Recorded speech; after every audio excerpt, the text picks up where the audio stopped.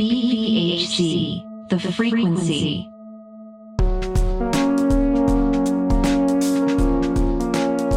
Happy Friday, and welcome to The Frequency, a weekly local podcast covering the news, events, and voices shaping the Boulder Valley.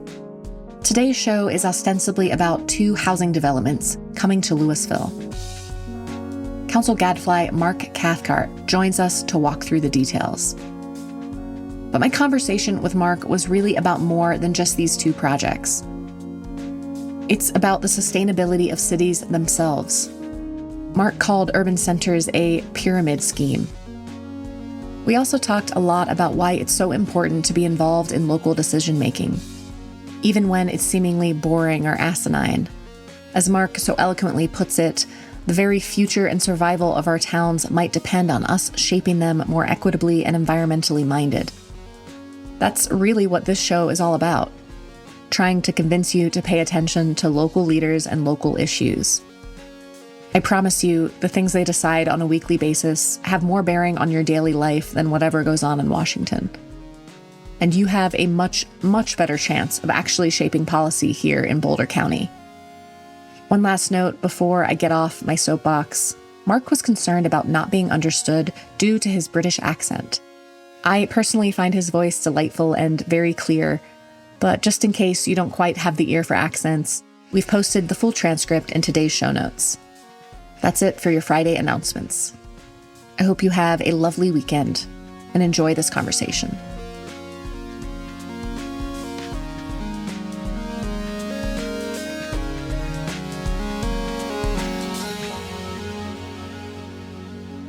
First things first is state your name and your purpose. Why are we talking today?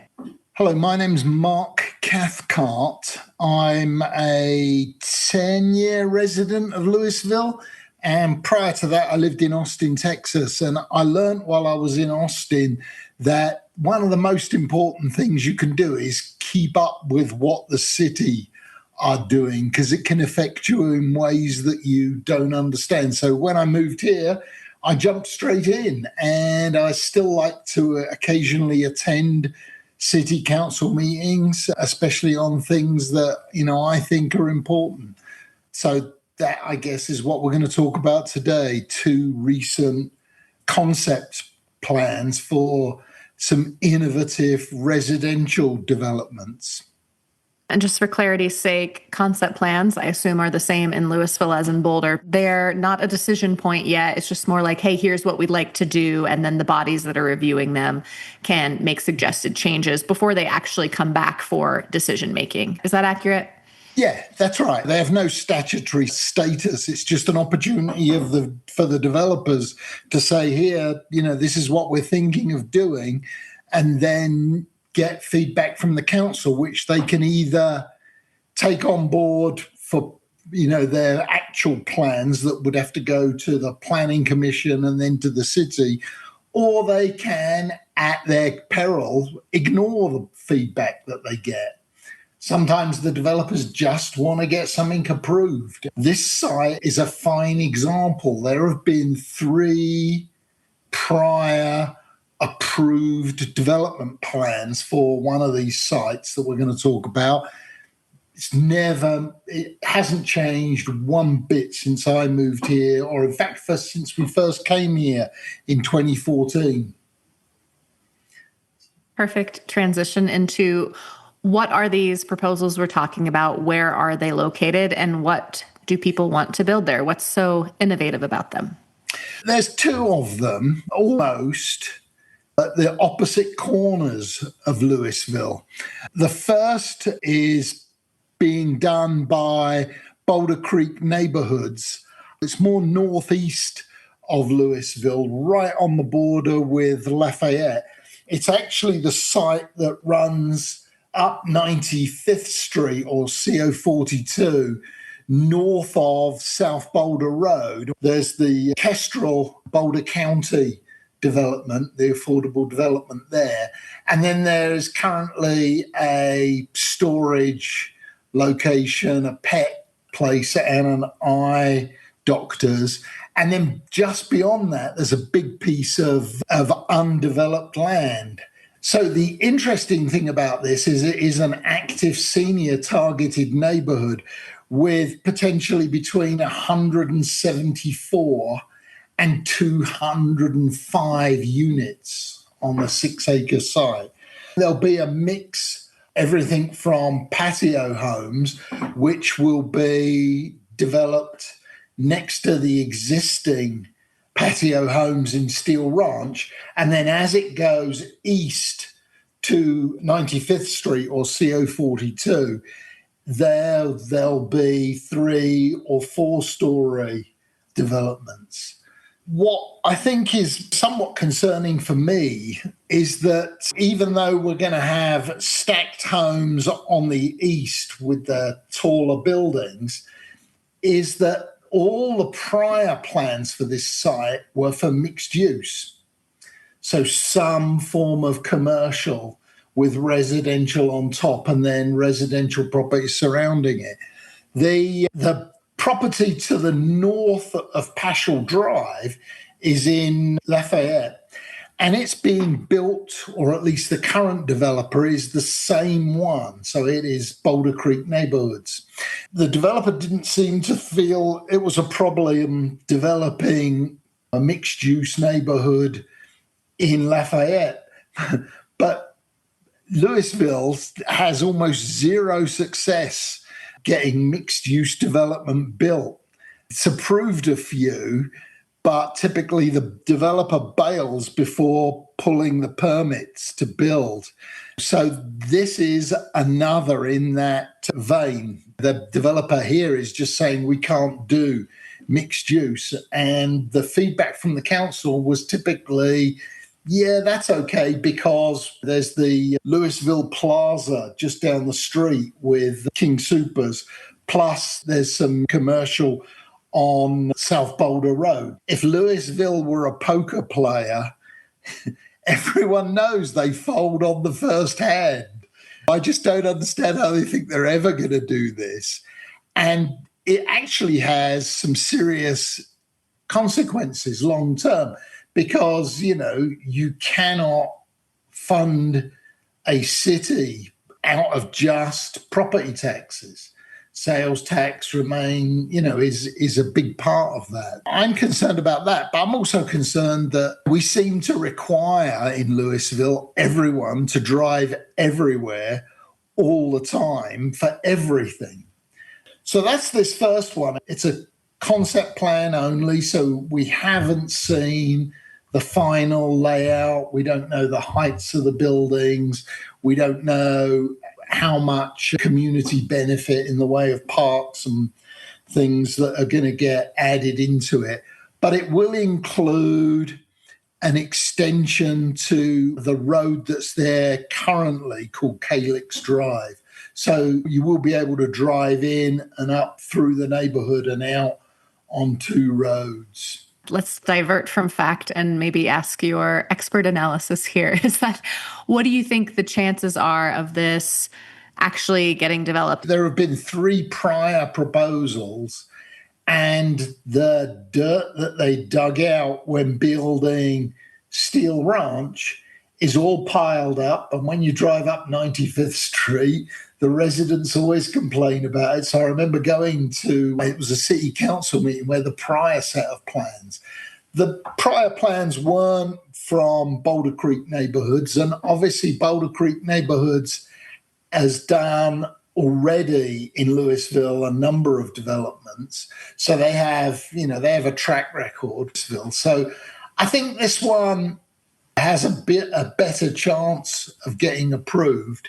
Housing for older adults is a huge need, and it has been for, with the aging population here. I remember writing for the Daily Camera, I think in 2017, an analysis of how many senior housing units were needed. And that was almost 10 years ago now. So it definitely has that advantage, right? I mean, the best thing about this is it's rental. So it allows people to make some different financial decisions rather than selling a 3, 4, 5 bedroom house and then having to pay nearly the same for a 2-bedroom house. I'm quite pleased to see this. And I'm pleased to see that developer is going to put in a park, which these days in Louisville isn't the normal. What's the second project that you're looking at? So the second project that came up on the same day is, again, unusual. It's 100% affordable, but it's being proposed to go into basically a GDP area that is commercial. The development is being done by Coble and Company, and they're looking for 100 units of 100% permanently affordable housing on a 2.8 acre site in Centennial Valley Business Park. So what they're proposing is a 2.5 acre site up there that they need to revise the general development plan for in order to do this affordable housing. The developer wants to apply for some 2026 affordable housing credits. In order to do this, they are partnering with the city of Louisville, and they fast-pathed the GDP through the city's processes to get it approved on time for them to submit for 2026 affordable housing funds. They have to be in by August, sometime in August. So it came up as a concept plan on June the 2nd. This is just the amendment, not the actual design, not the height, not the amenities, but literally just the GDP amendment to allow residential to be put in there. It's going to be a mix of 1 bed, 1 bath, 2 bed, 1 bath, 3 bed, 2 bath.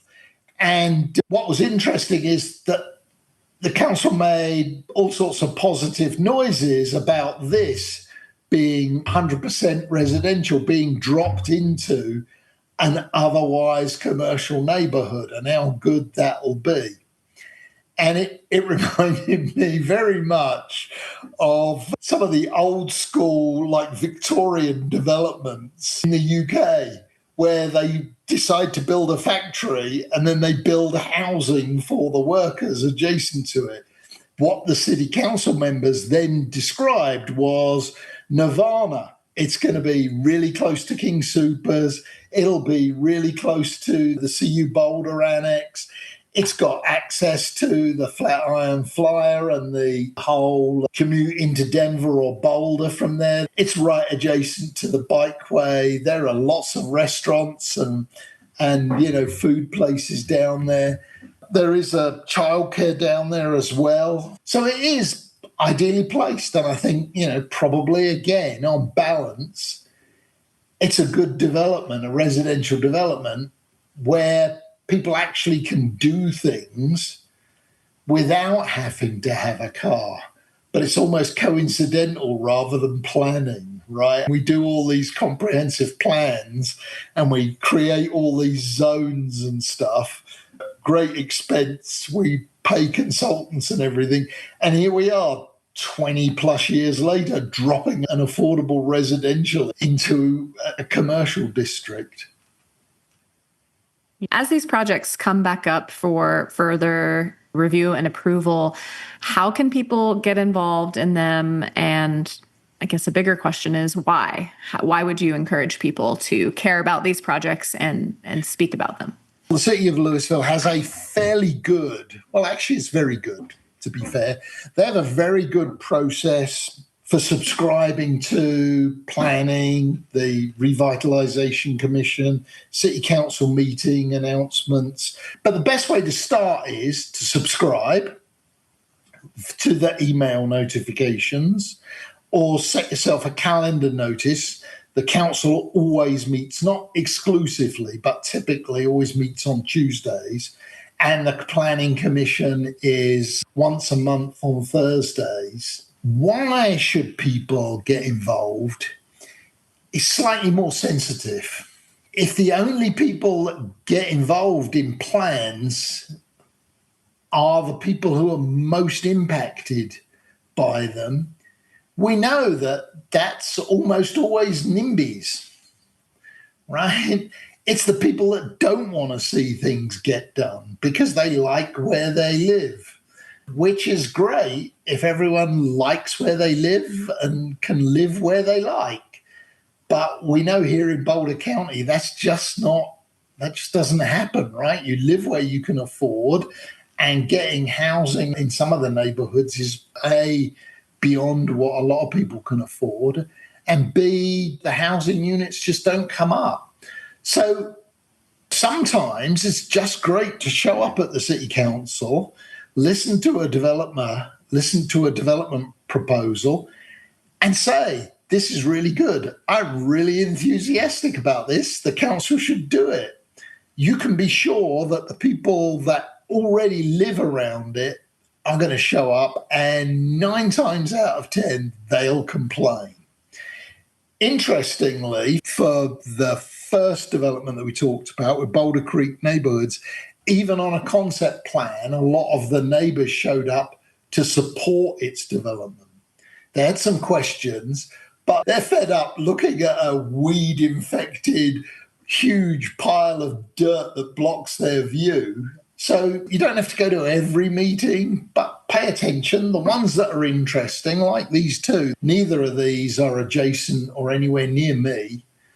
I think it's good fun, and I like to go along and go to the council about their inability to do mixed use, because it's something I really believe in. So if you don't believe in mixed use, come along, let's have a debate. You and I will talk about mixed use at some point, because it's so interesting what's happening in Louisville versus in Boulder, where we moved really largely to mixed use everywhere. And then now we have all of these empty commercial and retail spaces sitting around. So I think they're going to move again away from mixed use. So I find that, because mixed use is ideal, that's what you want, that's for vitality and everything. But I don't think they quite got it right in Boulder. And it sounds like they're not getting it right in Louisville either. I'm biased mostly by where I grew up in the UK.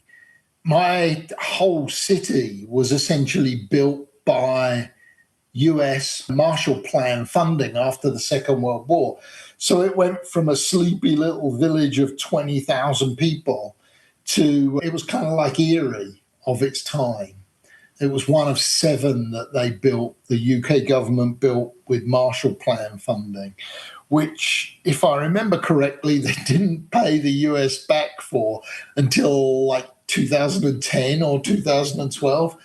But it was essentially a whole new development, and every neighborhood in the town had a small commercial square.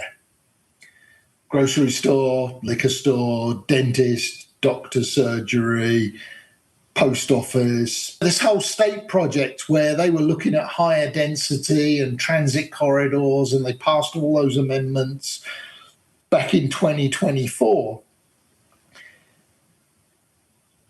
This whole stretch of South Boulder Road is probably in excess of 2,000 homes. The state can't mandate almost anything is built as mixed use because most of them are covered by HOAs. So what you need to do is to encourage people, right, by showing them that you can build this. And for the ones that are mixed use, I'm still on the fence about allowing them to build residential only. We know it requires different funding. You know, residential developers don't have the banking contacts, they don't have the track record, so they typically just don't do it. And the city eventually folds when they show up and say, hey, look, it's affordable or rental. So we'll see. So I wouldn't expect to see any of these back in planning, possibly even this year. It's a big deal because essentially cities are a pyramid scheme. right? I mean, I love Old Town Louisville. I love all the houses, especially a lot of the smaller ones, but it's a pyramid scheme. They can't afford to do all the roads.